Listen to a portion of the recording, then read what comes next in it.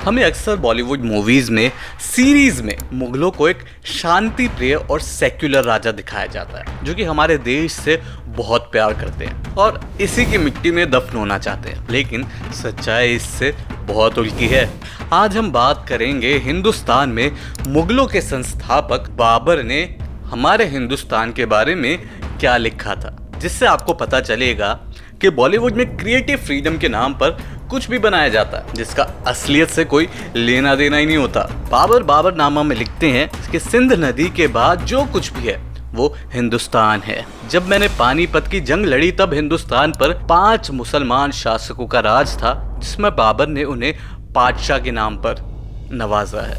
साथ ही ये भी लिखा कि 2 काफिर हिंदू शासकों का भी राज था, एक मेवाड़ के महाराणा सांगा और दूसरे थे दक्षिण के बीजानगर के राजा। इसके अलावा बाबर हिंदुस्तान के बारे में लिखते हैं कि यहाँ के लोग बदसूरत दिखते हैं, नंगे घूमते हैं, तहजीब तमीज और शायरी का हुनर इन लोगों में नहीं है, बाजार में अच्छा खाना नहीं मिलता, यहाँ पर मदरसा और गुसल खाने नहीं है। बाबर ने साथ में ये भी लिखा कि हिंदुस्तानियों ने उससे खुलकर दुश्मनी निभाई, जहाँ पर भी उसकी सेना गई हिंदुस्तानियों ने अपने घर जला दिए, कुओं में जहर डाल दिया।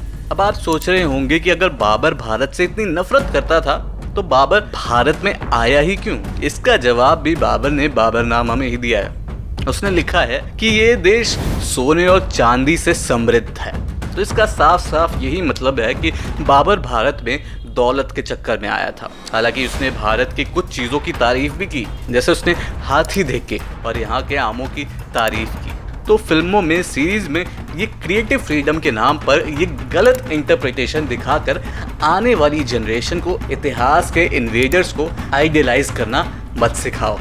अगर आपको वीडियो अच्छा लगा तो चैनल को लाइक, शेयर, सब्सक्राइब कर देना और नोटिफिकेशन बेल ज़रूर प्रेस कर देना, क्योंकि उसी के बाद मेरी वीडियोस की नोटिफिकेशन आपके पास पहुंचेगी। मिलते हैं